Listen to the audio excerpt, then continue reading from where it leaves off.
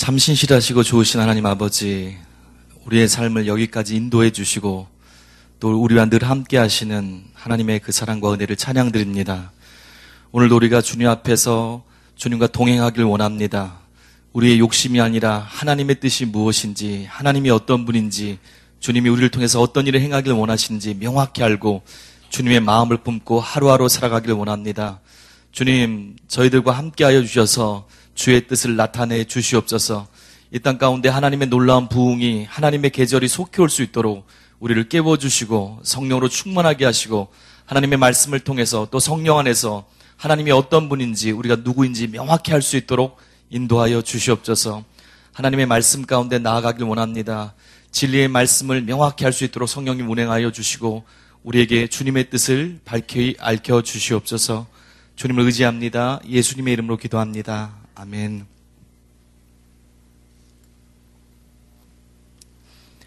우리 마태복음 7강 시간인데요. 오늘 가장 추운 날씨라고 그래요. 올겨울 가장 추운 날씨인데 바람도 많이 불던데요. 추운 날씨에도 불구하고 주님을 사모하고 또 진리의 말씀을 사모해서 오신 여러분들을 주님의 이름으로 축복합니다. 주님께서 채우실 줄 믿습니다. 저희가 지난 시간 2시간에 걸쳐서 산상철교 첫 시간 부분인 마태복음 5장의 말씀을 봤습니다. 그렇죠? 하나님의 나라의 백성의 삶이 어떤 삶인지 팔복의 사람이라고 그랬어요. 여러분과 제 삶 가운데 팔복의 특징이 반드시 나타나야 됩니다. 그게 뭐와 같냐면 수문과 같은 거예요. 하나님의 은혜가 우리 삶 가운데 부어지기 위해서 여러분과 제가 문을 열어야 되는 거예요. 커튼과 같은 거예요. 주님의 빛이 우리 삶 가운데 들어오기 위해서 우리가 암막 같은 커튼을 열어야 되는 거예요. 여러분과 제가 팔복의 사람이 되면 될수록 주님의 실제적인 임재와 다스림이 우리 삶 가운데 이루어지게 될 것입니다. 또 하나님 나라의 백성 제자들은 어떤 삶이냐면 서기관과 바리새인보다 나은 의를 갖고 있었다고 그랬어요. 서기관과 바리새인은 철저한 사람이었습니다. 율법을 철저히 형식적으로 지키는 사람이었어요. 그런데 제자들은 어떤 사람이에요? 율법의 형식만을 바라보고 지키는 사람이 아니라 그 율법을 주신 하나님의 원래 의도, 정신까지 알고 따르는 사람들, 또 다른 표현으로 하면 메시아적인 율법을 지키는 사람이라고 그렇게 보았습니다. 여러분과 제가 팔복의 사람이 될 때, 또 서기관과 바리새인보다 나은 의를 품고 살 때 어떤 일이 있어요? 핍박이 있을 거예요. 그러나 동시에 마태복음 5장에 있는 것처럼 많은 사람들이 착한 행실을 보고 하나님께 영광을 돌리게 될 것입니다. 그리고 지난 시간에는 21절 이하에서 서기관과 바리새인보다 나은 의의 삶이 구체적으로 어떤 것인지 예수님께서 6가지 대조구를 통해서 설명해 주셨어요. 거기 뭐가 있었습니까? 살인에 대한 것, 간음에 대한 것, 이혼, 맹세, 보복, 사랑에 대한 거였어요. 제자들의 삶이 바리새인과 서기관과 삶과 분명히 다른데 실제 삶의 모든 영역에서 다르다는 거예요. 하나님과 살아있는 관계 가운데서 예수님께서 비추어 주신 율법의 본래의 정신과 태도를 바르게 알고 그대로 삶 가운데서 구체적으로 실천하는 것, 그게 하나님 나라 백성이고 제자들의 삶이라고 했습니다. 여러분 기억나시죠? 날씨가 추워지고 바람이 불었다고 바람과 함께 다 잊어버리면 안 됩니다. 그런 건 사라지면 안 되는 거예요. 여기서 잠깐 여러분과 제가 말씀을 보면서 우리 계속해서 말씀을 실제로 알 수 있는 방법 중에 하나에 대해서 지금 교회에서 계속 가르쳐주고 있는데요. 그것 중에 하나가 뭐냐면 그 본문의 뜻을 명확히 알기 위해서는 아시지만 한번 따라해보세요. 나무만 보지 말고 숲과 산도 보아야 합니다. 담임 목사님께서 계속 말씀해 주시는 것 중에 하나인데요. 그 본문의 한 단락, 한 구절만 보는 게 아니라 장, 그리고 그 권 전체의 주제를 알아야 된다고 그랬어요. 마태복음 5장, 8장, 5장부터 7장까지의 주제가 무엇입니까? 5장부터 7장까지, 마태복음 5장부터 7장까지 주제가 뭐예요? 하나님 나라예요. 기억력이 좋으십니다. 하나님 나라예요? 하나님 나라, 마태복음 5장 전체의 가르침이라고 그랬어요. 5장부터 7장까지가. 그럼 5장 전체의 주제가 무엇일까요? 하나님 나라예요. 아까 얘기한 팔복, 또 세상의 소금과 빛, 그리고 그 위에 나오는 많은 것들, 그것이 뭐라고요? 하나님 나라에 대한 거라는 거예요. 그래서 여러분과 제가 마태가 마태복음을 통해서 나타내고자 하는 것들, 그리고 저자의 생각 흐름이 뭐냐면 하나님 나라는 어떤 나라인가? 왕 대신 하나님의 통치는 어떤 법을 갖고 있는가? 그분의 뜻은 무엇일까? 그리고 그분을 따르는 진정한 제자들은 어떤 삶을 살아야 되는가? 그것이 마태복음에 계속 나와 있는 거예요. 그래서 그 생각의 흐름, 이 주제가 뭐구나. 그것을 자꾸 기억하는 것, 줌랜드처럼 그것이 굉장히 중요합니다. 제가 처음 시작할 때 꼭 복습을 해요. 우리의 기억에 한계가 있기 때문에 그것을 복습할 때 나중 가면은 그것이 그 마태복음 전체가 여러분과 저의 머리 가운데, 마음 가운데 이렇게 정리되는 겁니다. 자, 5장을 정리했고요. 이제 마태복음 6장을 함께 보겠습니다. 6장 보기 전에 먼저 간단한 개요를 먼저 설명해 드리고요. 뼈대를요. 6장을 하나하나 볼 텐데요. 6장에 보면 6장은 뭐냐면 마태복음 5장 21에서 48절 그 6가지 대조구 얘기했잖아요. 좀 전에요. 그게 뭐냐면 인간과 인간 사이의 수평적 관계예요. 인간과 인간 사이의 수평적 관계에서 기대되는 서기관과 바리새인보다 나은 의의 예를, 제자들의 실제 그 예를 들은 겁니다. 그러면 지금 이곳 마태복음 6장에서 뭐가 시작합니까? 인간과 하나님 사이 수직적인 관계에서 기대되는 서기관과 바리새인보다 나은 의, 제자의 삶이 어떤 건지 그 신뢰가 들어지는 거예요. 특별히 먼저 볼 1절에서 18절까지의 사이에 보면 그 당시 유대인들이 종교적인 삶 가운데 핵심으로 대표했던 3가지가 있습니다. 그것이 뭐냐면 구제예요. 구제, 기도, 금식. 이 3가지에 대해서 설명하고 있어요. 먼저 경계해야 될 외식적인 모습을 설명합니다.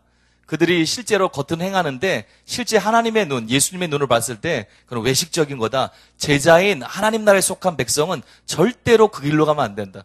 외식적인 거 경계예요. 그리고 그 다음에 제자들이 가져야 할 더 나은 의의 실제 모습을 2가지를 대조하면서 설명하고 있습니다.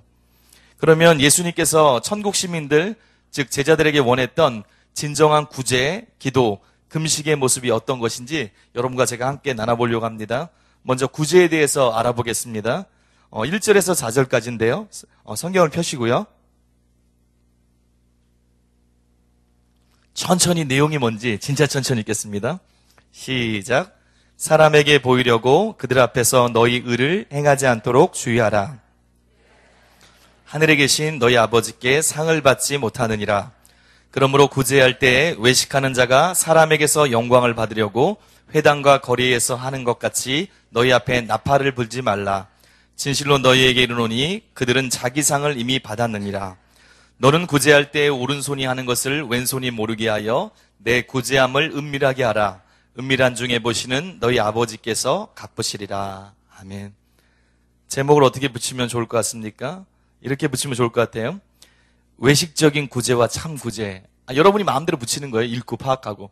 아니면 저는 제자들이 행해야 할 할 진정한 구제. 이렇게 정했습니다. 여러분 각자 정해보시고요. 1절, 2절 말씀인데 먼저 1절에 보니까 1절이 전체 2절부터 18절까지 전체에 나오는 3가지 종교 행위에 대해서 사람들 앞에서 외식적으로 의도를 가지고 그렇게 하는 행동에 대해서 하나님 앞에서 상을 받지 못할 것이다. 그것을 전제하고 결론 내리고 나서 시작하는 그런 부분입니다. 즉 서기관과 바리새인보다 나은 의는 진정한 제자도는 그 중심의 동기가 자세가 외식하는 자와 다르다는 거예요. 그러면서 1절이 어떻게 시작하냐면 중간에 보니까 너희 의를 사람 앞에서 행하지 않도록 주의하라. 그렇게 나와 있어요. 근데 이 말씀을 볼 때 떠오르는 구절이 있습니다. 사람 앞에서 의를 행하지 말라고? 은밀하게 하라고? 근데 뭐가 떠올라요? 그 전장의 5장 16절에 뭐라고 나와 있어요? 이같이 너희 빛이 사람 앞에 비추게 하여 그들로 너희 착한 행실을 보고 하늘에 계신 너희 아버지께 영광을 돌리게 하라. 한쪽은 보이지 말라고 그랬어요. 한쪽은 보여서 영광을 드러내게 하라는 거예요. 무엇이 차이입니까? 왜 상충되는 거죠? 목적이 다르다는 거예요. 목적이. 5장 16절의 목적은 무엇입니까? 내가 드러나려는 게 아니에요. 하나님께 영광을 돌리게 하는 것, 하나님이 어떤 분인지를 나를 통해서 우리의 삶을 통해서 드러나게 하는 목적입니다. 근데 지금 여기서 나오는 목적은 무엇입니까? 사람에게 보이려고 하는 거예요. 결국 사람들 앞에서 인정받으려고 합니다. 그래서 구제에 있어서도 하나님께서 말씀하시는 게 무엇입니까? 나는 너의 겉행동이 아니고 속의 동기를 감찰하고 있다. 그렇게 말씀하시는 거예요. 2절 보니까 당시 유대인들이 특히 바리새인들이 구제를 굉장히 중요하게 생각했어요. 구제에 대해서 나오는 거예요. 신명기 15장 10에서 11절 보니까 구제하는 삶을 살라고 나와 있습니다. 구제가 필요한 거예요. 하나님과 관계에서 하나님의 뜻을 이루는 데 있어서요. 우리 신명기 한번 15장 10절에서 11절 우리 한번 천천히 읽어볼까요? 같이 읽겠습니다. 시작. 너는 반드시 그에게 줄 것이요 줄 때에는 아끼는 마음을 품지 말 것이니라. 내 하나님 여호와께서 내가 하는 모든 일과 내 손이 닿는 모든 일에 내게 복을 주시리라. 땅에는 언제든지 가난한 자가 그치지 아니하겠으며 내가 내게 명령하여 이르노니 너는 반드시 내 땅 안에 내 형제 중 곤란한 자와 궁핍한 자에게 내 손을 펼칠지라. 구제하라고 나와 있어요. 그래서 바리새인들도 유대인들도 구제를 했습니다. 근데 문제가 뭐라는 거예요? 우리가 명확히 나와 있듯이 외식하는 거예요.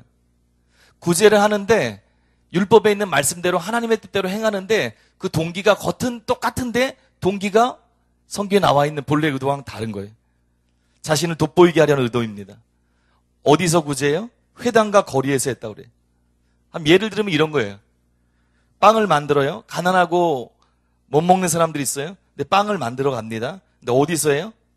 그들의 필요를 찾아가서 넣어주는 게 아니에요. 또 그런 기관에다 양도하는 것도 아니에요. 어떻게 해요? 사람들이 많이 지나가는 회당에 딱 써요, 이렇게. 그리고 시간을 봐요. 언제 많이 지나가나.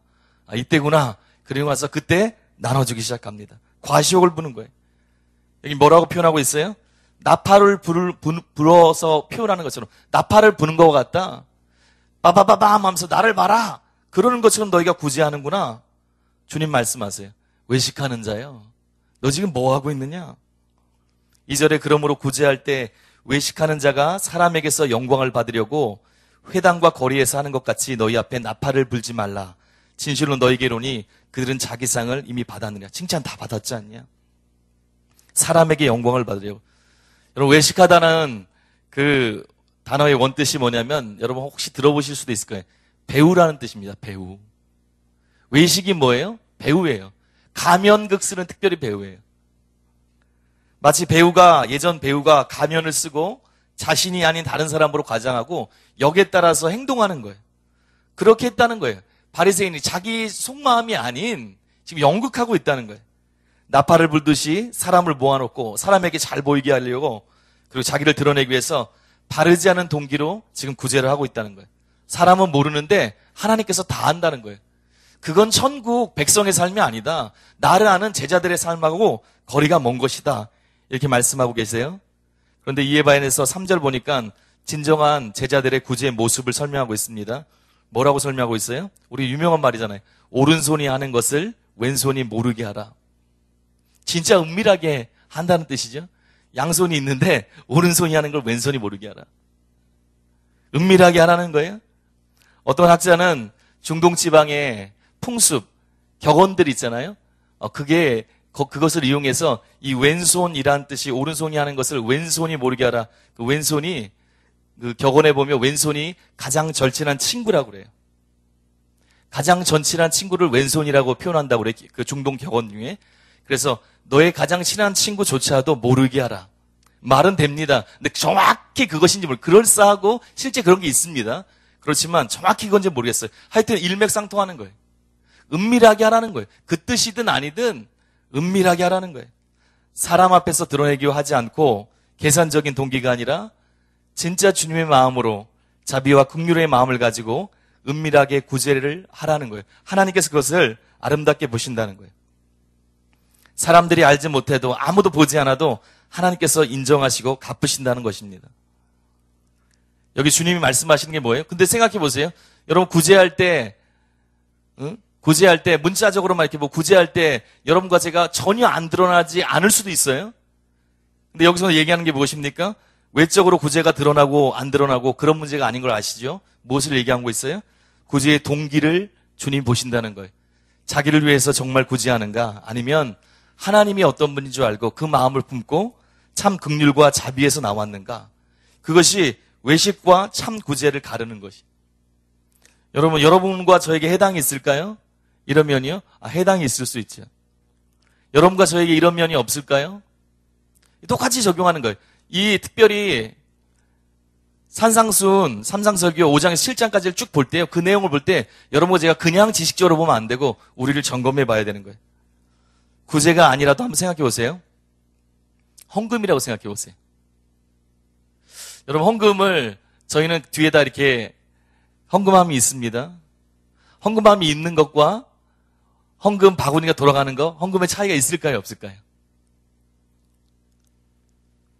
많이 있습니다. 경험적으로 압니다. 많이 있습니다. 부흥회 때 뒤에다가 헌금함을 딱 놓고 하면 좋은데 헌금 시간을 갖습니다. 왜? 실제 필요한 경비가 있기 때문에. 왜 그렇습니까? 사람들이 다른 거예요, 마음이요. 하나님 앞에서 훈련도 필요하고 사람들이 마음이 다른 거예요. 저희 부서에서도 예전에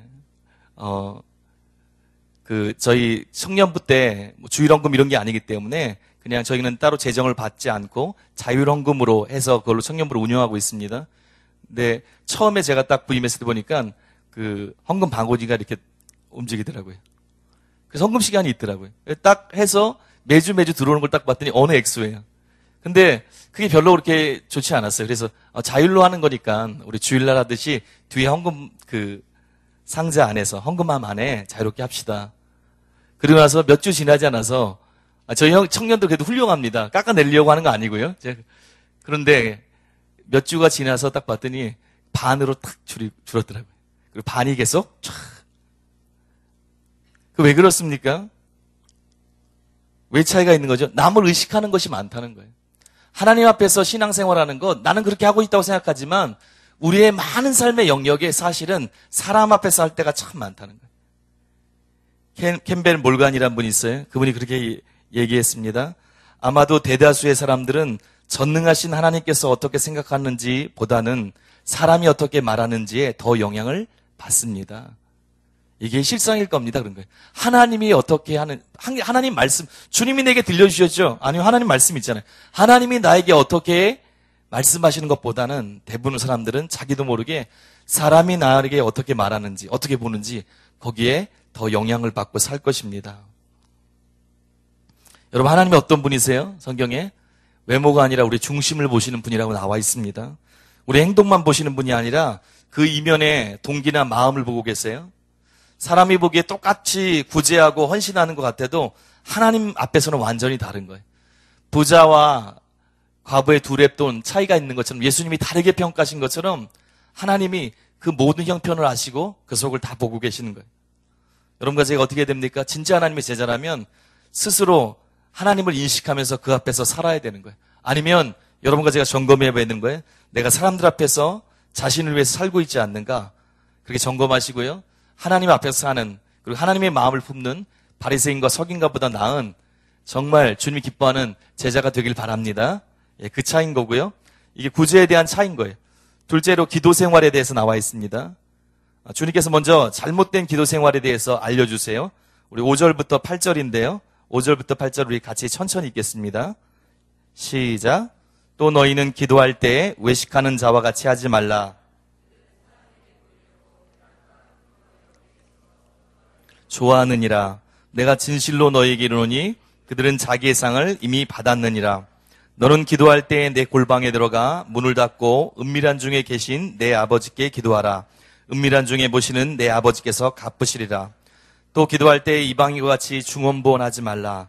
그들은 말을 많이 하여야 들으실 줄 생각하느니라. 그러므로 그들을 본받지 말라. 구하기 전에 너희에게 있어야 할 것을 하나님 너희 아버지께서 아시느니라. 예, 여기까지요. 8절까지요. 자, 제목을 아까 제가 말씀드렸어요. 잘못된 기도 생활. 기도 생활에 대해서 외식하는 것과 바리새인과 서기관과 바리새인보다 나은 제자의 진짜 기도를 말씀해 주시는 거예요. 여기 먼저 5절에 보니까 잘못된 기도의 첫 번째 모습이 무엇입니까? 똑같은 거예요, 구제랑. 외식하는 기도예요. 유대인들은 하루에 3번 기도를 합니다. 그 열심히 있는 유대인들. 그리고 아침에 하고요. 오후가 시작되는 시간에 하고 저녁이 시작되는 시간에 기도를 합니다. 지금 아마 이스라엘 가도 다 볼 수 있다고 그래요. 그들이 하는 기도가 뭐냐면 18번 축복 기도예요. 18번 노래 18번 그게 아니고 그 기도 제목이 18번 축복 기도예요. 한국말로 번역하면. 이게 뭐냐면 18가지의 기도 제목이 있는 거예요. 근데 왜 축복 기도냐면 그 끝이 예를 들어서 이렇게 끝나요. 다 한 기도 쭉 끝나고 아브라함의 방패이신 주님 당신을 축복하나이다. 아니면 해마다 축복하시는 주님, 당신을 축복하나이다. 이렇게 끝나요. 그래서 이게 18개라 18가지의 축복 기도라고 그래요. 여러분, 하나님을 축복합니다. 이게 무슨 뜻입니까? 우리 영어에도 모르겠어요. 블레스 한다고요? 하나님에 대해서. 그거 뭐냐면 송축한다는 뜻이에요. 내가 하나님을 송축합니다. 그런 기도예요. 그래서 3번씩 합니다. 그런데 하나님께 기도하는 거 좋아요. 다니엘도 3번씩 기도했잖아요. 그렇죠? 창을 열고 다니엘도 기도했어요. 나쁜 게 아니에요, 기도하는 거. 근데 문제가 무엇이죠? 외식하는 자가 기도 시간에 어딜 갑니까? 기도 시간에 배회하다가 갑자기 회당과 큰 거리 어귀에서 어슬렁거릴 때가 탁 쓰는 거예요. 기도가 시작되면 어떻게 합니까? 손을 딱 모으고 사람들 앞에서 자신의 경건성을 보이기 위해서 기도하는 거예요. 하나님을 인식하는 게 아니에요. 사람에게 보이려는 거예요. 주님이 제자들에게 뭐라고 말씀하세요? 이것을 본받으면 안 된다. 너는 골방에 가서 꼭 장소적인 개념보다 은밀한 곳에 가서 하나님 앞에 마음을 쏟는 그런 기도를 해라. 그때 하나님께서 보신다. 그렇게 말씀하시는 거예요. 기도도 마찬가지입니다. 외식적인 기도, 사람을 의식하는 그것이 주가 되는 것, 하나님께서 경고하시는 거예요. 어리석다고 말씀하는 거예요. 맞지 않다고요. 또 2번째, 잘못된 기도의 모습이 있습니다. 7절에 거기 뭐라고 나와 있어요? 우리 7절 한번 같이 읽어볼까요? 7절 읽겠습니다. 시작. 또 기도할 때 이방인과 같이 중언부언하지 말라. 그들은 말을 많이 하여야 들으실 줄 생각하느니라. 중언부언하는 기도예요. 이방인들이 기도하는 거예요. 중언부언이 뭡니까? 동일한 말을 반복적으로 하는 거예요. 마치 주문하듯이 그렇게 하는 거예요. 기도의 내용을 가지고 하나님과의 관계에서 하는 게 아니라 기도의 양으로 상대방에게 어필해 보려는, 상대방에게 정성으로 3,000배 드리듯이 예를 들어서 상대방의 마음을 나의 어떤 행동과 양으로 감흥시키려는 그런 겁니다. 관계에서 틀린 거예요. 열왕기상 18장 26절 보니까 바알의 제사장들이 엘리야와 갈멜산에서 대결하잖아요. 바알이 응답하도록, 불이 내려와서 바알이 응답하도록 기도하기 위해서 어떻게 합니까? 거기 보니까 아침부터 정오까지 뭐라고 기도해요? 오 바알이여 응답하소서. 수시간 동안 이걸 외치는 거예요. 오 바알이여, 오 바알. 왜 그렇습니까? 이게 중언부언하는 거예요. 또 사도행전 19장 34절 보니까 에베소의 극장에 모인 무리들이 2시간 동안 어떻게 합니까? 크다 에베소 사람의 아데미여. 2시간 동안 외치는 거예요. 크다 에베소 사람의 아데미여. 하나님과의 인격적인 관계가 결여된 기도예요. 주님 말씀하세요. 이거 어리석다. 이거 옳지 않다. 나는 기도 시간 그 자체 주님 앞에 끈질기게 기도하는 거 중요합니다. 또 주님과 바른 관계 아래서 길게 기도하는 건 나쁜 게 아니라 좋은 거죠. 근데 주님 뭐라고 말씀하세요? 왜 이게 틀렸다고 합니까? 8절에 이렇게 말씀하세요. 우리 같이 읽겠습니다. 시작. 그러므로 그들을 본받지 말라. 구하기 전에 너희에게 있어야 할 것을 하나님 너희 아버지께서 아시느니라. 너희들은 하나님을 모른다. 너희들은 내 아버지를 모른다. 그 하나님 아버지는 구하기 전에 너희에게 있어야 할 것을 아시는 하나님이시다. 정성으로 하려고 하는 게 아니다. 관계가 중요하다. 은밀히 보시는 그분이다. 그래서 그것이 필요치 않다는 거예요. 이것이 잘못된 기도라는 거예요. 그리고 예수님께서 9절 이하에서 하나님 나라 백성들, 진정한 제자들의 기도의 모습이 어떤 것인지 말씀해주고 있어요. 이게 뭐지요? 우리가 잘 아는 주기도문입니다. 우리 9절부터 15절까지 천천히 같이 읽겠습니다. 시작. 그러므로 너희는 이렇게 기도하라. 하늘에 계신 우리 아버지여, 이름이 거룩히 여김을 받으시오며 나라가 임하옵시며 뜻이 하늘에서 이룬 것 같이 땅에서도 이루어지이다.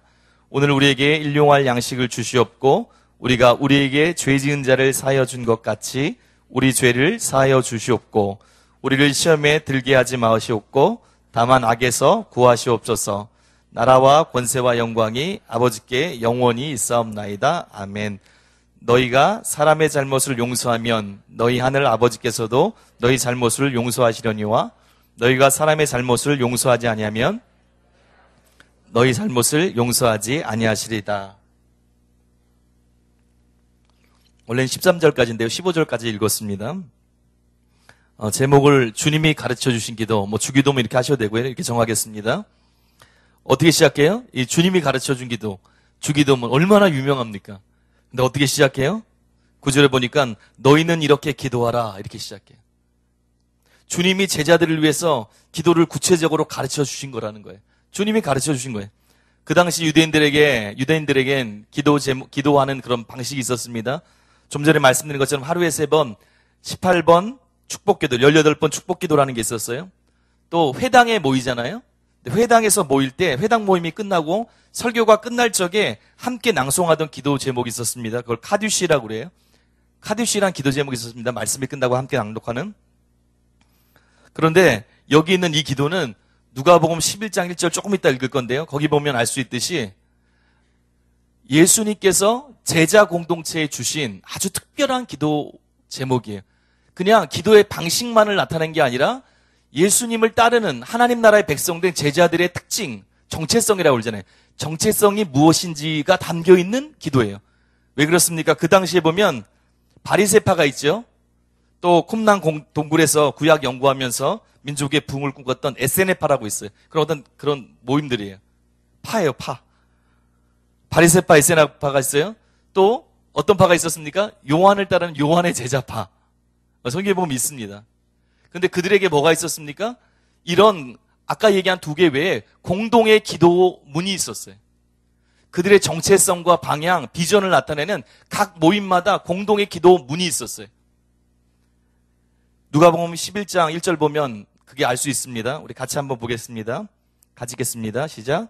예수께서 한 곳에서 기도하시고 마치심에 주여 요한이 자기 제자들에게 기도를 가르친 것과 같이 우리에게도 가르쳐 주옵소서. 병행한 내용이잖아요. 병행꾼인데 이게 나와 있는 거예요. 기도를 가르쳐달라고 한 거예요. 주님이 기도의 방법만을 가르친 게 아니라 주님을 따르는 제자의 방향성, 정체성이 뭔지를 이 기도에서 보여주는 거예요. 네가 진짜 하나님의 통치를 받는 제자냐? 그 백성이냐? 그러면 너의 기도, 너의 정체성은 이거다. 기도 속에서 동시에 나타내고 있는 거예요. 어떤 기도가 있습니까? 9절 보니까 천국 백성의 정체성이 담겨있는 기도인데요. 실제적으로 어떻게 시작돼요? 어떻게 시작합니까? 하늘에 계신 우리 아버지여. 누구한테 기도하는 거예요? 아버지. 대상에 대해 나와 있는 거예요. 첫째로 대상에 대해서 나와 있는데요. 뭐라고 표현하고 있어요? 그분은 하늘에 계신 분이에요. 여러분과 제가 제자로서 하나님 백성으로서 기도할 때 하나님이 어디 계세요? 하늘에 계신 분이에요. 이건 장소적인 개념이 아닙니다. 공간적인 개념이 아니에요. 하나님의 초월성을 나타내는 거예요. 우리가 땅을 받고 사는 것에 비례해서 하나님의 초월성을 나타내는 거예요. 하나님은 온 우주 만물의 창조자이시라는 거예요. 하나님은 전능하신 하나님이라는 표현이에요. 하늘에 계신 그것이. 그분께 기도드린다는 거예요. 여러분과 제가 바른 기도를 하기 위해서는 무엇이 필요합니까? 내가 지금 기도드리는 그 대상이 전능하신 창조주, 만왕의 왕 되신 하나님인 걸 인식해야 된다는 거예요. 그냥 대상이 아닙니다. 전능자 창조자라는 거예요. 여러분과 저도 마찬가지예요. 이걸 인식해야 되는 거예요. 여러분 기도할 때 이걸 인식하십니까? 이번 주 저번 주 담임 목사님께서 우리 말씀 듣고 단체로 기도할 때 또 기도 초반에 말씀 듣기 전에 이런 말씀을 해주셨어요. 우리가 기도할 때 보좌 앞에 가서 그분 앞에서 한다고. 그것을 인식하고 나니까 저번 주에 기도 소리가 다르더라고요. 제가 듣는데 기도 소리가 달라요. 그 말씀 끝나면서 또 그 저번 주에는 말씀 시작하면서 이 말씀을 해주셨거든요. 그때 성도들의 기도 소리가 달라요. 왜 그렇습니까? 하나님이 어떤 분인지 기도가 실제로 어떤 것이라는 것을 인식하기 때문에. 여러분 우리가 어떻게 기도해요? 제자들이요? 하늘에 계신 하나님께 기도하는 거예요. 그분은 우리의 기도를 들으시는 분이세요. 응답하실 수 있는 능력이 있는 분이세요. 그분은 우리를 구원하시는 분이세요. 여러분 저는 하나님 아버지에 대해서 저희 청년들과도 몇 번 나눴는데요. 일부러 인식합니다. 여러분 세계가 얼마나 넓습니까? 하나님이 얼마나 위대한지 잠깐 생각해 보기 원합니다. 미국과 캐나다에 가면 오데오라고 있어요. 미국과 캐나다 연결 접경에 5개 호수가 있잖아요. 근데 호수인데 얼마나 커요? 대한민국보다 커요. 북한을 합친 것보다 한반도보다 이 호수가 커요. 엄청난 호수가 있습니다. 그런데 그 호수도 지구 전체로 보면 별거 아니에요. 하나님이 만드신 지구를 보면 그 호수도 그렇게 큰 호수도 별거 아니에요. 근데 여러분 우주가 얼마나 커요? 성경에 하나님께서 천하 만물 온 우주를 다 창조하셨어요. 우주가 얼마나 커요? 여러분 얼마나 클 것 같으세요? 지구가 있어요. 지구와 태양이 있는 그곳을 뭐라고 그래요? 태양계라고 그래요. 태양계가 있는 수많은 별들이 있는 그런 집단을 뭐라고 합니까? 은하계라고 그래요. 은하. 예. 갑자기 이걸 뭐라고 그래요? 지구과학이라고 그래요? 은하라고 그럽니다. 그런데 우리가 속해 있는 은하를 우리 은하라고 그래요. 제가 알기로 우리 은하. 그 우리 은하에 별들이, 항성들이 몇 개나 있어요? 별들이요? 1,500억 개. 1,000억 개가 아니고 1,500억 개가 있습니다. 그리고 그런 은하가 몇 개 있어요? 또 그렇게 수천억 개가 있다고 그래요. 이게 뭐냐면 나사 소속 과학자 루이스 햄튼이라는 사람이 우주에서 은하가 2,000억 개 있고 각각의 은하마다 2,000억 개의 항성이 있다고 말했어요. 이게 뭐냐면 지구에 있는 모래보다도 별들이 더 많다는 거예요. 여러분 그걸 누가 만드셨어요? 하나님이 만드셨어요. 우주가 얼마나 광대합니까? 똑딱 하는 동안에 빛이 얼마나 날아가요? 30만 킬로미터 날아간다고 그래요? 그게 얼마나 빠른, 빛은 똑딱 할 동안 30만 킬로인데 서울 제조간 1초에 326회를 왕복한대요? 굉장히 빠르지요? 그분이 굉장히 빨라요, 빛이란 분이. 326회를 똑딱 하는 사이에 다닌다네요. 그런데 그 빛의 속도로 1년 동안 날아가는 시간 동안 날아가는 거 1광년이라고 그러잖아요? 예, 여러분 추위를 뚫고 왔는데 갑자기 성경 해석하기도 그런데 갑자기 지구과학 시간으로 들어가서 정확한 지구의 넓이를 알 수 없어요. 근데 과학자들이 뭐라고 그래요? 그 빛의 속도로 1년 날아갈 수 있는 속도가 아니고 137억 광년. 그 빠른 빛이 137억 년 동안 날아가야 거기에 우주에 아마 끝이 있지 않을까. 그 정도 크기로 재고 있어요. 정확히는 알 수 없어요. 누가 만들었습니까? 하나님이 지으셨어요. 누가 운행하고 계십니까? 하나님이 운행하고 계세요. 예레미야 33장 22절 보니까 사람은 하늘의 만상, 즉 별들을 셀 수 없고 바다의 모래도 측정할 수 없어요. 근데 누가 하세요? 하나님이 하세요. 이사야 40장 12절 보니까 손바닥으로 바닷물을 재시고 뼘으로 하늘을 재시는 분이 하나님이세요. 온 우주의 주인이라고 표시되어 있는 부분이 많이 나와 있어요. 그분께 여러분과 제가 기도하는 거예요. 구원하실 수 있는 분, 우리의 기도를 듣고 응답하실 수 있는 분, 우리와 우리 자녀들을 보호할 수 있는 분, 이 땅을 보호할 수 있는 분, 가장 선한 길을 알고 계신 분, 여러분과 저의 안고 일어섬도 우리는 현재밖에 몰라요. 과거랑 현재밖에 몰라요. 우리의 먼 미래 모든 것을 다 알고 계신 분, 초월자, 전능자이기 때문에 우리를 구원하실 수 있는 분, 하늘에 계신 거기에 들어가 있는 거예요. 예수님 말씀하시는 거예요. 기도 내용 자체가 중요한 게 아니라 먼저 누구한테 기도하는지 너희는 명확히 알아야 한다. 그분은 초월자, 전능자, 위대하신 창조주. 근데 그분을 뭐라고 그래요? 하늘에 계신 우리 아버지. 아버지라고 그래요. 아빠라는 뜻입니다. 여러분 많이 들어보셨을 거예요. 예수님의 아버지뿐만 아니라 제자들, 여러분과 저의 아버지가 되신다는 거예요. 아버지라는 뜻이 무엇입니까? 요즘에 주일 때 저희가 배우는 것처럼 언약 관계를 뜻하는 거예요. 목자와 양, 많이 나오잖아요? 언약 관계 갑자기 생각이 안 나는데, 신랑과 신부 여러 가지 있습니다. 근데 그 중에 하나가 무엇입니까? 언약 관계를 뜻하는 거예요. 가장 가까운 언약 관계 중에 내가 아버지가 되고 너는 아들이다. 너는 내게 속한 자다. 내게 생명으로 속한 자다. 그런 언약 관계에 있는 거예요. 아버지 되신 거예요. 예수님 전후의 유대인 문서 중에는 유대인들이 하나님을 아빠라고 아버지라고 부르는 예가 없습니다. 그런데 예수님께서 가르쳐 준 거예요. 우리가 하나님 안에서 우리가 새로운 공동체인데 하나님을 왕으로 섬길 공동체인데 우리는 하나님께 어떻게 기도로 나갈 수 있는가? 우리는 하나님과 어떤 관계인가? 우리는 하나님을 아빠라고 부른다. 그 전능하시고 위대하신 분이 우리의 아버지가 되신다. 오늘 날씨가 굉장히 춥잖아요. 그렇죠? 지난주 월요일도 날씨가 추웠습니다. 우리 청년들한테는 이 얘기를 잠깐 나눴는데요. 지난주 월요일 날 날씨가 굉장히 추웠어요. 지난주 월요일 날 아침에 주일날 사역을 마치고 월요일 날이 몸이 제일 이렇게 좀 피곤해요. 비록 설교를 안 해도 월요일 날이 제일 피곤합니다. 그래서 월요일 날 그러고 있는데 갑자기 아침에 전화가 왔어요.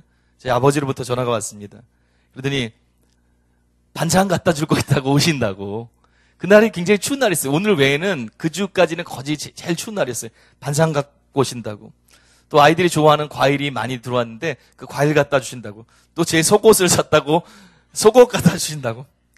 제가 아무것도 없는 그렇게 보이는 것 같아요. 아버지 눈에는. 저희 어머니와 함께. 추운 날이었어요. 지하철 타고 걸어서 왕복해서 4시간 걸리는 거예요. 서울에 살죠. 2시간씩 왔다가 얼마 후에 바로 가세요. 또 집에 가셔야 되니까. 오래 있으라고 해도 많이 안 있으시더라고요. 그렇게 가세요. 제가 바쁘게 보였는지 계시라고 주무실 거라도 그냥 가세요, 자꾸. 근데 그게 그렇게 중요하지 않을 수 있잖아요. 근데 그걸 가지고 추운데 오셨어요. 저희 어머니와 함께. 올해가 다 지났기 때문에 이제 만 1년 정도 지나면 80대세요. 그래서 이제 백발이 이렇게 되셨는데, 배낭을 메시고, 키도 예전보다 제가 어렸을 때보다 한 5, 6cm 이상 줄은 것 같아요. 노인 되니까 많이 줄더라고요. 여유 있고, 마르시고, 배낭을 메고 아들 반찬과 과일과 속옷도 준다고 그 추위에 오셨어요. 완벽한 아버지가 아니에요. 그냥 일반적인 아버지세요. 하나님 아버지에 비하면 그 사랑 정도가 달라요. 그런 육신의 아버지도 어떤 마음이 있어요? 자녀에게 좋은 걸 주길 원하는 거예요. 자녀에게 관심이 있는 거예요. 자녀에게 사랑이 흘러가는 거예요. 어떤 줄 것만 있으면 자녀에게 걸어가는 게 힘든데도 추위를 뚫고 갈 수밖에 없는 거예요. 근데 아버지가 오셨더라고요. 예수님이 하나님을 뭐라고 말씀하세요? 하늘에 계신 아버지다. 너희들이 누구한테 기도하는 줄 아느냐? 하나님을 왕으로 섬기는 제자된 공동체가 얼마나 대단한 건지 아느냐? 그 위대하신 하나님이 너희 아빠다. 사실 아빠라는 뜻이에요. 하늘에 계신 아빠 이렇게 불러라. 그분은 너희를 보호하시는 분이다. 그분은 너희를 돌아보시는 분이다. 그분은 너희의 필요가 무엇인지 아시는 분이다. 8절에 있는 것처럼 구하기 전에 너희에게 있어야 할 것을 아시는 분, 그분이 하늘에 계신 우리 아빠다. 또 우리가 아들이라는 게 무엇입니까? 여기 여자분들도 영적으로 아들입니다. 언약 관계에서는요. 아들이라는 게 무슨 뜻입니까? 상속자라는 거예요. 아버지께 속한 모든 것이 내 것이라는 거예요. 모든 아버지께 선한 것이 내 것인 거예요. 그래서 아버지의 나라 가면 하나님이 우리에게 수많은 것들을 누리게 하시는 거예요. 우리가 하나님의 백성이 되면 이 땅에서도 우리 심령 가운데 심령의 천국이 이루어지는 거예요. 그 나라가 누굽니까? 하나님이 통치하시는 나라인 거예요. 상속자가 됐다는 거예요. 우리가 누릴 수가 있다는 거예요. 동시에 무엇입니까? 우리가 자녀라는 것, 우리가 그분에 속해 있다는 것은 무엇입니까? 그분의 뜻대로 순종하며 살아야 될 언약 관계라는 거예요. 거기에 다 들어가 있는 거예요. 하늘에 계신 우리 아버지요. 여러분 따라 보세요. 하늘에 계신 우리 아버지요. 하늘에 계신 우리 아빠. 예, 아빠 그러는 거예요. 아버지 그러잖아요. 기도할 때 예수님이. 아빠 그러는 거예요. 아람어로 아빠 그러는 거예요. 이런 관계에 있는 거예요. 얼마나 놀라운지 몰라요. 이 놀라운 하나님 앞에 첫 번째 여러분과 제가 해야 될 기도가 무엇입니까? 저절로 어떻게 되죠? 이름이 거룩히 여김을 받으시오며 그런 거예요. 주님을 찬양할 수밖에 없는 거예요. 하나님의 그 사랑, 그 은혜, 그분이 어떤 분인지 알 때 유대인들의 기도 첫 번째가 하나님을 탁 높이는 기도예요. 형식이 있어서 그런 것도 있지만 실제적으로도 하나님이 어떤 분인지 알 때 여러분과 제가 진짜 하나님을 알 때 그분의 은혜, 그분의 사랑, 그분의 마음, 우리와의 관계를 할 때 어떤 게 나옵니까? 첫 번째? 하나님 거룩하십니다. 하나님을 찬양합니다. 주님 같은 분이 없습니다. 여기까지 우리를 있게 하신 주님을 찬양합니다. 나의 아버지 되신 그분을 찬양합니다. 그렇게 고백할 수밖에 없는 거예요. 그래서 고백하는 거예요. 이름이 거룩히 여김을 받으시오며 하나님을 찬양하고 감사하는 기도, 그게 제자다 하나님 아버지를 인식하고 나서 첫 번째 하는 기도인 거예요. 그리고 두 번째, 세 번째 기도가 나옵니다. 여러분 무슨 기도가 먼저 나오는지 모르겠어요. 여러분 삶에 급박한 많은 일들이 있어요. 그래서 기도하자마자 긴급할 때는 아빠 부를 수도 있잖아요. 그렇지만 주님과의 관계에 있을 때 여러분 무슨 기도하는지 모르겠어요. 하나님을 제대로 알잖아요. 찬양이 나올 수밖에 없는 거예요. 두 번째, 세 번째 기도가 10절에 나옵니다. 여러분과 제가 함께 읽겠습니다. 시작. 나라가 임하시오며 뜻이 하늘에서 이루어진 것 같이 땅에서도 이루어지이다.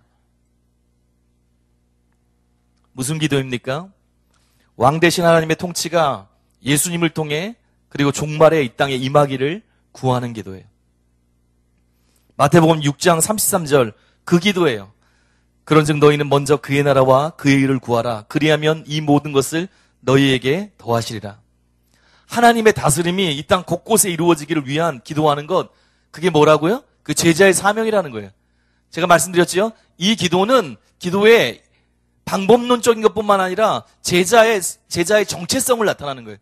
제자가 어떤 사람입니까? 하나님의 나라를 구하는 사람이라는 거예요. 하나님의 통치가 모든 영역, 내 삶의 도시의 모든 영역에 임하기를 구하는 사람이 제자라는 거예요. 예수님이 가르쳐준 이게 이 기도의 핵심 기도입니다. 마태복음 5장, 6장, 7장의 주제가 뭐라고요? 하나님 나라잖아요. 이 기도의 핵심이 뭡니까? 하나님 나라가 임하는 겁니다. 하나님의 통치가 임하는 거예요. 이게 제자의 핵심 기도 제목이에요. 주기도문의 특징이 있습니다. 다른 유대인들의 기도가 3인칭이에요. 주여, 그분의, 이렇게 시작돼요. 아까 18번 그 기도, 축복, 그것도 마찬가지고요. 주여나 그분으로 3인칭으로 시작해요. 근데 주기도문은 어떻게 시작해요? 첫 번째 세 가지가 2인칭으로 시작해요. 당신 청원이에요. 영어로 you 하는 거예요. 당신에 대한 거예요. 2인칭으로 하고 있어요. 대화하듯이요. 그리고 첫 번째 세 번의 기도 2인칭이 하나님 중심의 기도예요. 그리고 뒤에 보면 세 가지의 기도가 또 나와요. 근데 그게 1인칭이에요. 어떻게? 우리, 그러잖아요. 우리에게 일용할, 우리의 죄. 1인칭 우리 청원입니다. 근데 여기 보세요. 뒤에 1인칭은 물론 저희가 다 보지 않겠지만 그 세 가지 있지 않습니까? 뒤에 우리에게가 세 가지가 있어요. 기도 제목이요. 조금 이따 볼 텐데요. 근데 그것이 원어로 보면 접속사 카이라고 and 쉽게 말해서 접속사로 연결됐어요. 한 문장이 딱 끝나고 접속사. 한 문장이 딱 하고 접속사. 이렇게 연결돼 있어요. 뭡니까? 세 가지를 구하는 기도라는 거예요. 마태가 굉장히 정교한 사람입니다. 그냥 의미 없이 접속사. 근데 위에 지금 저희가 얘기한 이름이 거룩히 여김을 받으시오며 나라의 임하옵시며 뜻이 안에서 이룬 것 같이 땅에서 이루어지이다. 이 세 가지 2인칭 청원의 기도, 당신에 대한 당신 청원이란 이 세 가지 기도, 이 사이사이에 뭐가 없어요? 접속사가 없어요. 이건 무엇이란 뜻이에요? 이게 한 문장과 같다는 거예요. 하나님의 이름을 찬양합니다. 그리고 나서 뭐라고 해요? 하나님의 나라가 임하길 원합니다. 그리고 하나님의 나라가 임하길 원합니다. 그 후에 하늘에서 뜻이 하늘에서 이루어진 것 같이 땅에서도 이루어지다. 이건 뭐냐면 하나님 나라가 임하길 원합니다. 그것의 구체적인 진행이에요. 어떻게 임할 수 있어요? 하나님의 뜻이 하늘에서 이루어진 것처럼 이 땅에서 이루어지면 되는 거예요. 그 통치에 대해서 설명하고 있는 거예요. 무슨 말이냐면 이 산상수훈 두 가지가 있다고 그랬어요. 2인칭 당신에게 그리고 우리의 필요를 채우는 두 가지가 있는데 이 산상설교 아니죠. 주기도문에 두 가지가 있는데요. 주기도문 이 두 가지 종류의 기도의 핵심이 하나님을 구하는, 하나님과 하나님의 나라를 구하는 이 첫 번째 기도입니다. 그리고 첫 번째 기도가 세 가지 청원이 아니라 사실은 세 가지를 보지만 하나인 거예요. 하나님 나라가 임하길 원합니다. 이게 주기도문의 핵심입니다. 주제예요. 하늘에 계신 아버지여, 하나님의 나라가 이 땅에 임하길 원합니다. 이게 기도의 핵심인 거예요. 여러분, 이게 제자의 사명이에요. 제자는 뭐라고 그랬어요? 그의 나라와 그의 의를 구하는 사람이에요. 왕 대신 하나님의 통치 가운데 거하는 거예요. 내 뜻이 이 땅에 이루어지기를 바라는 것이 아니라 하나님의 뜻이 이 땅에 이루어지기를 원하는 사람인 거예요. 자신만을 위해서 기도하고 자신만을 위해서 사는 삶, 그게 하나님 나라 백성의 삶이 아니라는 거예요. 나를 기도할 수 있어요. 하나님의 아버지니까. 그렇지만 내가 진짜 하나님 나라의 백성이라면 내 필요를 계속 얘기할 수 있지만 나의 기도의 많은 부분은 하나님의 나라를 구하는 것이 될 수밖에 없다는 거예요. 요한복음 4장 34절에서 예수님이 뭐라고 그랬어요? 예수님의 삶을 예수께서 이르시되 나의 양식은 나를 보내신 이의 뜻을 행하며 그의 일을 온전히 이루는 이것이니라. 모범을 보이시는 거예요. 내 하는 일은 나의 양식은 나의 보내신 하나님의 뜻을 이루는 것이다. 이게 나의 삶의 원동력이고 목적이다. 로마서 14장 8절에 바울과 초대교회 성도님들의 삶이 나와 있어요. 유명한 구절입니다. 우리 함께 한번 우리의 구절로 생각하고 읽겠습니다. 시작. 우리가 살아도 주를 위하여 살고 우리가 주의 것이로다. 여러분, 우리의 삶을 돌아봐야 됩니다. 우리가 얼마나 하나님의 통치, 하나님의 뜻이 이 땅 가운데 이루어지는 것을 중요하게 여겼는가.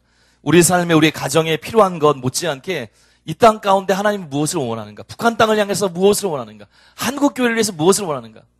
담임 목사님께서 한국 교회를 위해서 외치십니다. 한국의 정치 상황을 놓고 같이 기도합니다. 애통해야 합니다. 근데 어떤 분들은 그거를 그만큼은 다룰 수 있어도 이해 못하는 분도 있을 수 있다고 생각해요. 근데 그게 아니라는 거예요. 하나님 나라와 의를 구하는 하나님 나라의 백성들 특징이 뭐라고요? 하나님의 통치가 이 땅 가운데, 정치권 가운데, 북한 땅에, 한국교회에 이루어지기를 원하는 마음이 있어야 되는 거예요. 이것이 핵심 기도입니다. 제자의 정체성이고요. 이 이후에 세 가지 청원이 뒤따라옵니다. 11절인데요. 우리 청원이라고 했어요. 1인칭 우리 청원입니다. 우리가 함께 읽겠습니다. 11절 읽겠습니다. 시작. 오늘 우리에게 일용할 양식을 주시옵고. 그렇죠. 나오는데 잘 끊어주셨습니다. 오늘 우리에게 일용할 양식을 주시옵고. 이게 첫 번째 우리 기도예요. 하나님을 왕으로 아버지로 삼고 그 통치 가운데 사는 제자들은 하나님 아버지께 무엇을 구합니까? 일용할 양식을 구하는 거예요. 일용할 양식이 무엇입니까? 일용할 양식에 해당하는 단어가 있는데요. 그 단어가 삶에 필요한 또는 삶을 가능케 하는 그런 의미로 해석될 수 있어요. 근데 더 정확한 해석은 뭐냐면 여기 나온 것처럼 일용할도 될 수 있지만 오늘날 또는 다음날. 내가 오늘 아침에 시작된다 그러면 오늘부터. 내가 하루가 지나서 그 다음날 시작되는 그 순간 그럼 다음날. 이렇게 해석할 수 있어요. 나에게 삶에 필요한 삶을 가능케 하는 이렇게도 해석할 수 있지만 더 적합한 뜻은 뭐냐면 오늘 내가 시작하는 오늘 시작 가운데 오늘 하루 동안 내 삶에 필요한 것들. 지금부터 따라해보세요. 지금부터 시작되는 그날 우리에게 필요한 양식을 주시옵소서. 아버지니까요. 아버지니까 그렇게 할 수 있는 거예요. 이게 무엇입니까? 하나님을 진정한 자신의 공급자로 의지하고 살아가는 하나님의 백성의 믿음의 기도인 거예요. 여러분 출애굽기 16장 4절에 보면 하나님께서 이스라엘 백성에게 무엇을 주셨어요? 그날 일용할 양식인 그날 날마다 필요한 만나를 주셨어요. 그 부분을 함께 읽겠습니다. 함께 읽어보겠습니다. 시작. 그때 여호와께서 모세에게 이르시되 보라 내가 너희를 위하여 하늘에서 양식을 비같이 내리리니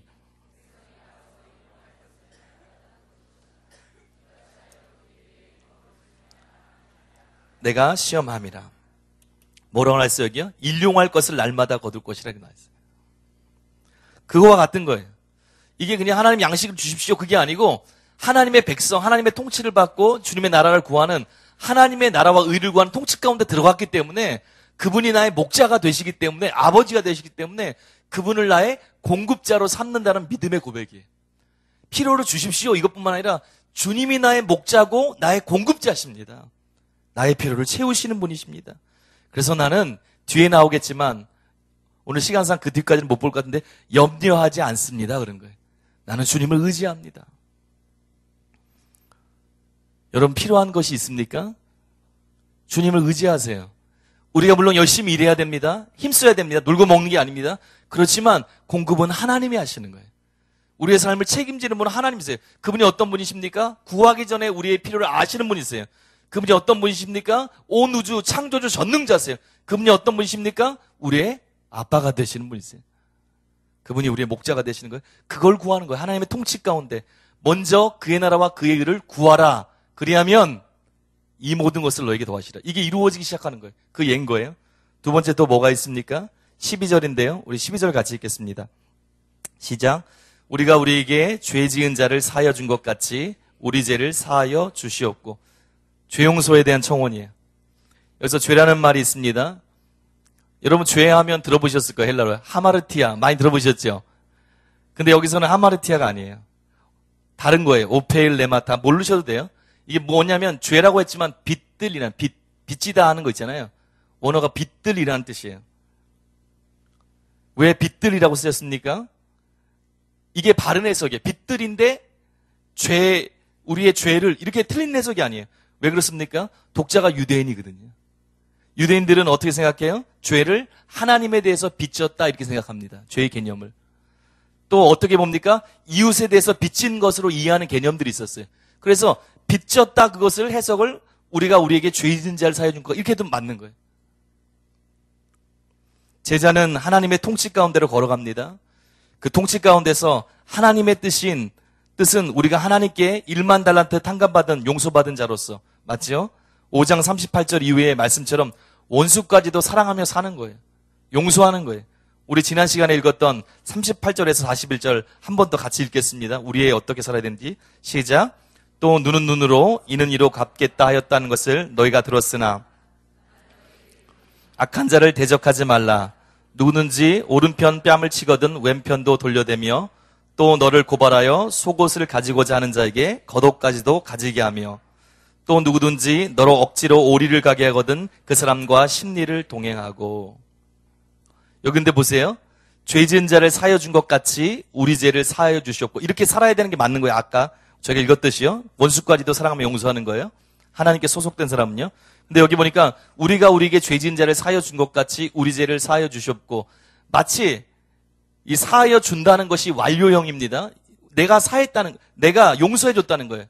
그래서 어떤 사람이 그렇게 얘기하는 사람이 있어요. 이게 마치 사람이 먼저 모범을 보여야 하나님 그걸 따라한다는 식으로 그렇게 보이지 않는가 이렇게 얘기하시는 분도 있어요. 근데 그것이 아닙니다. 몇 가지인데 첫째로는 뭐냐면 하나님께 이미 용서받은 자예요. 그래서 우리가 배우듯이 하나님께 아까 배운 것처럼 우리는 하나님께 용서받은 자예요.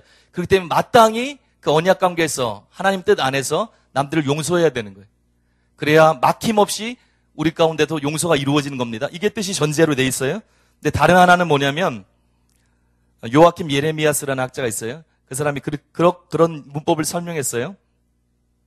죄 지은 자를 사하여 준 것 같이가 완료형이거든요. 그런데 거기서 뭐 완료형은 과거예요. 끝났다는 거예요.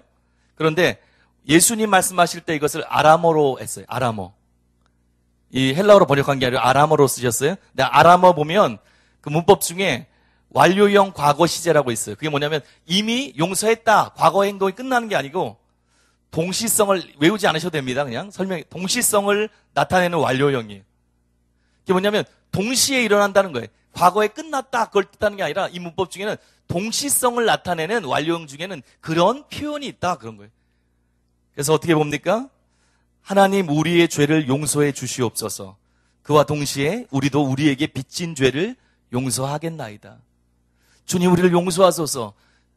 주님 우리를 용서하시고 주님의 통치 가운데서 주님의 뜻을 따라 우리도 용서하겠습니다. 크게 무리되진 않습니다. 하나님의 통치는 이처럼 우리에게 우리를 위한 죄 용서 필요를 보게 할 뿐만 아니라 이웃에 대한 용서를 요구하는 거예요. 여러분과 제가 죄자 되었다면 하나님의 사랑을 알았다면 마땅히 그 사랑을 흘려보내야 되는 거예요. 그리고 그 마음을 가지고 긍휼히 여기고 자비롭게 여겨야 되는 거예요. 그렇지 않으면 어떻습니까? 막히는 거예요. 14절, 15절을 제가 연결해서 읽었어요. 주님의 뜻을 알고 있는데 용서받은 존재인데 우리가 하나님의 뜻을 알고서도 그것을 하나님의 자녀로서 하나님의 뜻이 무엇인지 알면서도 그것대로 하지 않으면 어떤 일이 있습니까? 14절, 15절에 나와 있습니다. 한번 읽어보겠습니다. 시작. 너희가 사람의 잘못을 용서하면 너희 하늘 아버지께서도 너희 잘못을 용서하시려니와.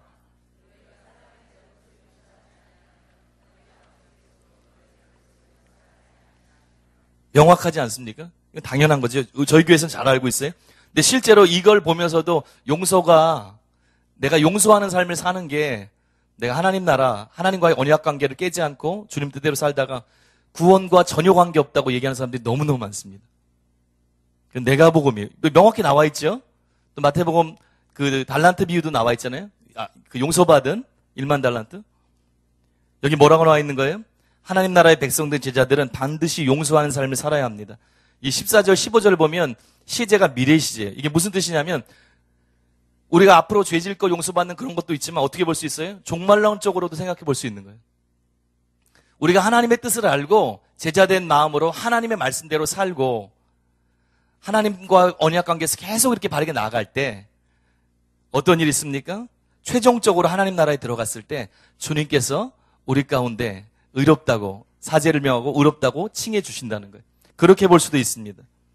제자가 두 번째로 구하는 것이 무엇입니까? 주님의 마음을 가지고 용서하고 용서받는 하나님 마음을 가지고 이웃에게 주님의 뜻을 바르게 행하는 그 기도를 하고 있는 거예요. 그 세 번째 기도가 여기 나와 있습니다. 13절에 나와 있는데요. 여러분과 제가 함께 읽겠습니다. 시작. 우리를 시험에 들게 하지 마시옵고 다만 악에서 구하시옵소서. 나라와 권세와 영광이 아버지께 영원히 있사옵나이다. 아멘. 맨 끝엔 가로쳐 있어요. 왜 그렇습니까? 이게 원래 없다가 없는 그런 것도 있다고 그래요. 이게 없어도 있는 거랑 똑같아요. 유대인들 회당에서 아까 저희가 그 회당에서 기도하는 거 있다고 그랬잖아요. 근데 회당에서 기도하거나 그러면 이 마지막 송영이라고 그러잖아요. 이 송영은 당연히 있는 거예요. 다 같이 부르든지 아니면 좀 넘어서 동방교회 같은 경우는 쭉 기도를 하고 나서 마지막 딱 끝나면 사제가 마지막 이 부분을 이렇게 하든지 이 부분 들어가 있는 부분이에요. 그래서 나중에 어떤 성경 사본에 보면 읽든지 없든지 상관없이 이게 가로쳐 있는 거 그건 상관없는 겁니다. 이게 송영으로 있는 거고요. 여기 보면 뭐라고 나와 있어요? 마지막 청원이 악에서 구하여 달라는 거예요. 시험에 해당하는 단어가 있는데요. 그것이 히브리어 마사라는 곳에서 번역된 겁니다. 근데 마사가 뭐냐면 두 가지로 쓸 수 있어요. 유혹과 시험 두 가지로 쓸 수 있어요. 여기는 우리를 시험에 들게 하지 마시옵고 이렇게 나와 있어요. 근데 유혹도 될 수 있고 정확히 시험이라고 쓸 수도 있는 거예요. 근데 여러분 아시는 것처럼 창세기 22장에 아브라함을 하나님이 시험하셨듯이 우리를 시험하실 수 있습니다. 테스트 하신다고 그러잖아요. 근데 또 야고보서 1장 13절에 하나님은 친히 아무도 시험하지 않으신다. 이 시험은 무엇입니까? 여러분 아시죠? 유혹에 해당하는 거예요. 사실은 정확히 하면 유혹에 해당하는 거예요. 하나님은 우리를 테스트하시고 우리를 알아보기 위해서 하시지만 우리를 악에 넘어가기 위해서 멀쩡한 사람을 그렇게 유혹하시는 분은 아니십니다. 성경에 여러분 명확히 아실 거예요. 그래서 여기서 이 말뜻 우리를 아까 그 원어를 넣어서 하면 우리를 페이라스몬으로 끌어들이지 마소서 그런 거예요. 우리를 끌어들이지 마소서. 뭐에 해당할 수 있을 것 같으세요? 여기서는 유혹이 더 맞는 번역입니다. 뭐라고 하는 거예요? 우리를 유혹에 들게 하지 마시옵고 우리를 사단의 유혹에 빠뜨리는 것을 막아주소서. 그렇게 하는 게 더 맞는 표현입니다. 그리고 여기 보니까 악으로부터 우리를 구하시옵소서 이렇게 나와 있어요.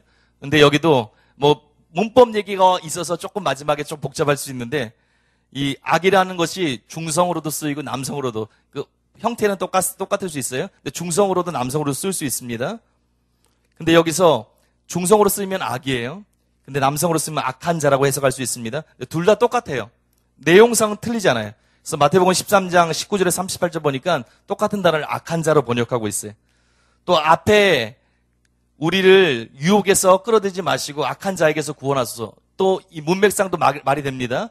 그래서 여기서 보면 남성으로 써서 하나님 우리가 유혹에 빠지지 않도록 붙들어 주시고 악한 자로부터 우리를 보호하소서. 이렇게 해석하는 것이 더 적정해 보입니다. 하여튼 이 뜻이에요. 하나님이 우리의 보호자라는 것을 구하는 겁니다. 제자가 세 번째 구할 것은 다른 게 아니라 하나님의 전능하신 걸 믿습니다. 주님을 의지하면서 세상의 유혹에서 넘어짐에서 하나님이 능히 보호하실 것을 믿고 나를 맡깁니다. 나와 함께 하셔서 이긴 자로 살게 하소서.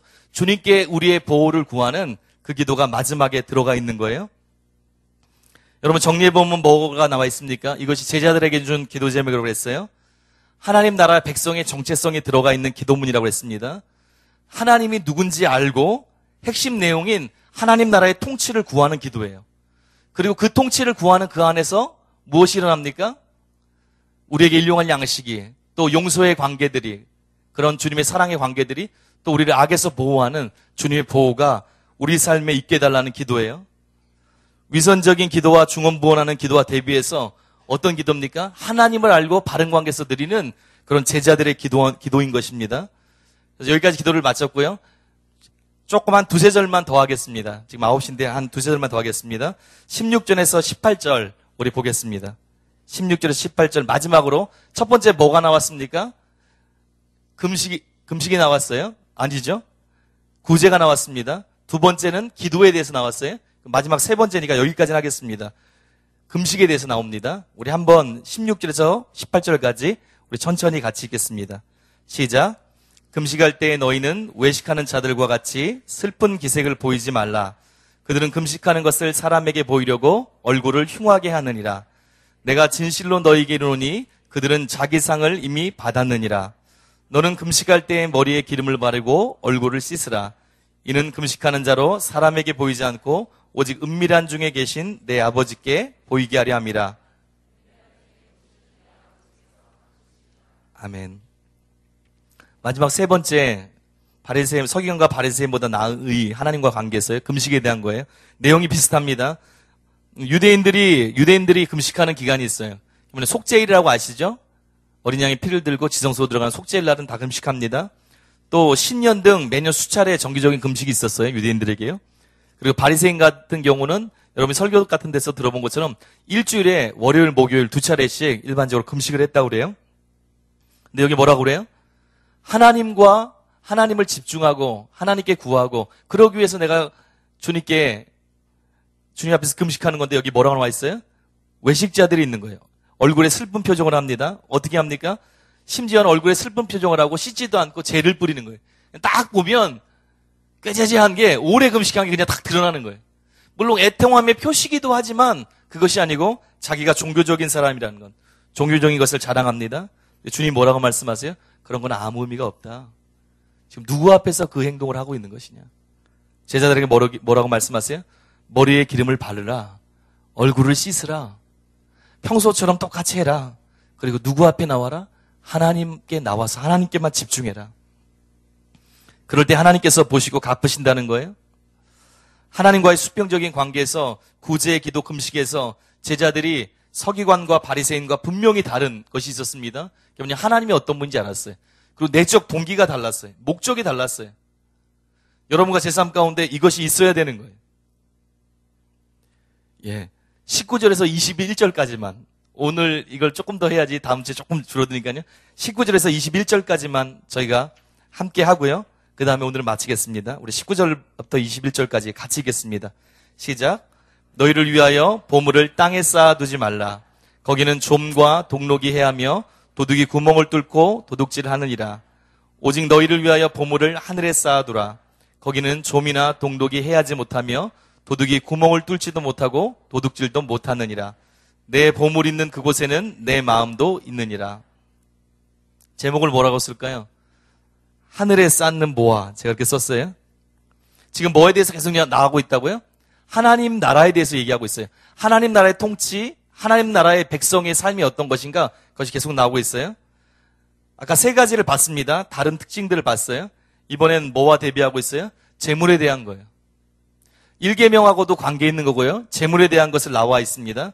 먼저 진정한 대자가 어떤 사람이라고 그래요? 보물을 땅에 쌓아두지 않고 하늘에 쌓아두는 사람이라고 했어요. 재물에 대한 태도나 삶이 다른 거예요. 19절에 보니까 땅에 재물을 쌓아두며 사는 것이 얼마나 영적으로 볼 때, 하나님 눈으로 볼 때 어리석고 불안한지를 나타내고 있어요. 거기 뭐라고 나와 있어요? 너희를 위하여 보물을 땅에 쌓아두지 말라. 거기는 좀과 동록이 해하며 도둑이 구멍을 뚫고 도둑질하느니라. 이 당시 팔레스타인에서 집을 주로 뭘로 지었을까요? 흙으로 집을 짓는 거예요. 흙집으로 짓는 거예요. 그러니까 도둑이 어떻게 들어와요? 실제로 벽을 뚫고 들어왔다 그래요. 이게 그냥 그 사람들은 그냥 이게 무슨 격언이 아니고 실제인 거예요. 그냥 이거 하면 이해가 딱 되는 거예요. 나를 위해서 땅에 재물을 쌓아두고 사는 거 그게 이렇게 어리석고 위험한 일을 그냥 알 수 있는 거예요. 도둑이 벽을 뚫고 어느 날 들어온 거예요. 벽을 뚫어가지고. 그래서 사람들이 어떻게 했습니까? 방바닥, 방밑이나 땅에다가 그 당시에 동전들 있잖아요. 뭐 금은도 있지만 동전들이 있어요. 그런 거와 함께 뭘 넣습니까? 좋은 옷이 굉장히 귀한 거였어요. 좋은 외투를 집어넣습니다. 근데 어떤 일이 있어요? 그렇게 보관을 하는데 조금 지나다 보니까 꺼내보니까 그 좋은 옷에 좀이 쓸었어요. 그냥 완전 뻥뻥. 그리고 뭐가 있어요? 그 동전이 녹이 막 써가지고 쓸모없게 만들어진 거예요. 이것을 비유한 거예요. 이처럼 자기만을 위해서 재물을 쌓아두는 사람은 하나님 나라에 합당하지 않을 뿐만 아니라 하나님의 관점으로 볼 때 어리석다는 거예요. 그래서 하나님의 뜻은 무엇입니까? 제자들이 보물을 하늘에 쌓아두는 거예요. 어떻게 쌓아둡니까? 하나님의 뜻대로 사용할 뿐만 아니라 구제함으로 그렇게 할 수 있는 거예요. 이 내용과 병행구가 있어요. 누가복음 12장 33에서 34절입니다. 진짜 이것이 하늘에 쌓아두는 것 중에 하나가 구제일까요? 그것에 대한 부분이에요. 같은 내용입니다. 우리 누가복음 12장 33, 34절 같이 읽겠습니다. 시작. 너희 소유를 팔아 구제하여 낡아지지 않은 배낭을 만들라. 곧 하늘에 둔 바 다함이 없는 보물이니 거기는 도둑도 가까이 하는 일이 없고 좀도 먹는 일이 없느니라. 너희 보물 있는 곳에는 너희 마음도 있느니라. 너희 소유를 팔아 구제하여 낡아지지 않은 배낭을 만들라. 쭉 나오잖아요. 도둑도 가까이 하는 일도 없고 좀도 먹는 일이 없느니라. 병행꾼입니다. 같은 내용입니다. 근데 여기 뭐라고 했어요? 구제에 대한 거예요. 어떻게 하늘에 보물을 쌓아둘 수 있습니까? 내가 청지인 걸 진짜 아는 거예요.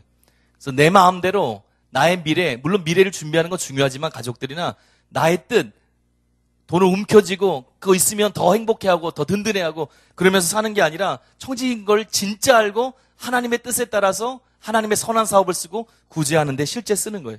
그때 주님 뭐라고 말씀하세요? 그게 하늘에 쌓아두는 거라고 말씀하세요. 그러면서 19절, 20절의 결론으로서 21절에서 결론같이 주님이 이 단락을 마칩니다. 뭐라고 말씀하세요? 같이 읽겠습니다. 좀 전에 읽었지만 시작.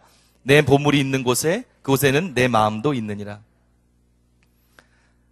가장 귀하게 여기는 것이 우리 마음을 지배하잖아요. 그것처럼 관심이 세상 재물을 나를 위해 쌓는 것, 그것이 되지 않도록 하라는 거예요. 내 마음에 진정한 주인 대신 하나님 나라, 하나님의 뜻이 우리의 관심이 되기를 원한다는 거예요. 이처럼 제자의 삶이 뭐부터 다릅니까? 하나님과의 관계에서 다르고요. 바리새인과 서기관들과 동기와 목적이 완전히 다르는 거예요. 그의 삶이 마태복음 6장 33절처럼 하나님의 나라와 그의 의를 구하는 것, 그것이 먼저라는 거예요. 이제 말씀을 마칩니다. 오늘 여기까지 해야 될 것 같은데요. 오늘 여러분 한번 생각해 보세요. 하루 종일 무슨 생각을 하고 지내셨어요? 여기 나와 있죠. 내 보물이 있는 그곳에 마음이 있는 거예요. 우리의 마음이 흐르는 그곳, 그것이 내가 중요하게 생각하는, 물론 어떤 중요한 일이 있어서 계속 생각할 수 있어요. 그런데 여러분이 일주일 동안, 하루 동안 여러분의 진짜 마음의 관심이 어디로 향하고 있었는지 여러분 한번 점검해 보세요. 하나님을 생각하셨습니까? 하나님 나라와 그 의를 구했습니까? 나의 개인 신상뿐만 아니라 가족뿐만 아니라 하나님 나라, 이 땅을 보면서, 이 땅의 교회를 보면서, 북한 땅을 생각하면서 하나님의 뜻이 이루어지지 않는 그런 부분들을 생각하면서 여러분 기도하셨습니까?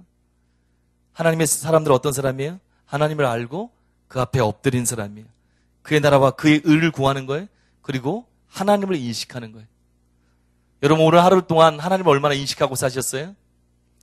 제자의 특징은 똑같이 겉으로 바리새인과 서기관들이 똑같이 겉으로 구제할 수 있고 금식할 수 있고 기도하는 거 다 할 수 있어도 무슨 차이입니까? 하나님 앞에서 하지 않는 거예요. 여러분과 제 삶도 하나님이 누군지를 알고 그분 앞에서 기도하고 그분 앞에서 선한 행위를 하고 그분 앞에서 오늘도 그분을 우리의 전부 삼고 승리하게 되시길 바랍니다. 우리 기도하겠습니다.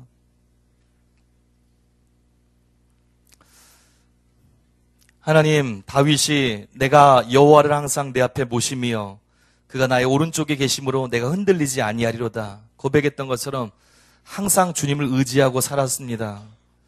하나님, 오늘 서기관과 바리새인보다 나은 의가 어떤 건지, 진짜 하나님 나라의 백성들 제자의 삶이 어떤 건지 예수님의 말씀을 통해서 우리가 알아봤습니다. 하나님, 우리는 하나님을 어떻게 인식하고 있는지, 하나님이 얼마나 전능하신 분인지, 하나님이 얼마나 우리의 실제 아버지가 되셔서 우리를 긍휼히 여기시고 우리를 살피시고 우리가 기도하기 전에 우리의 필요를 아시는 그 하나님을 알고 그 하나님을 섬기는 사람답게 살게 하여 주시옵소서. 우리가 세상 앞에 떠는 것이 아니라 세상의 물결 앞에 쓸려가는 것이 아니라 하나님의 뜻이 무엇인지 어떻게 살아야 되는지 알고 하나님을 나의 전부로 내 앞에 모시고 그 안에서 승리하게 하여 주시옵소서. 주님, 우리의 보물과 관심은 무엇입니까? 우리의 마음은 어디로 향하고 있습니까? 하나님, 내 마음이 내 자신과 세상에게 향하고 있다면 이 시간 마음을 돌이켜서 하나님이 어떤 분인지 알게 하시고 하나님의 나라와 의를 위해서 살 수 있도록 우리를 깨워 주시옵소서. 오늘도 주님과 동행하길 원합니다. 우리의 전부 되신 예수님의 이름으로 기도합니다. 아멘.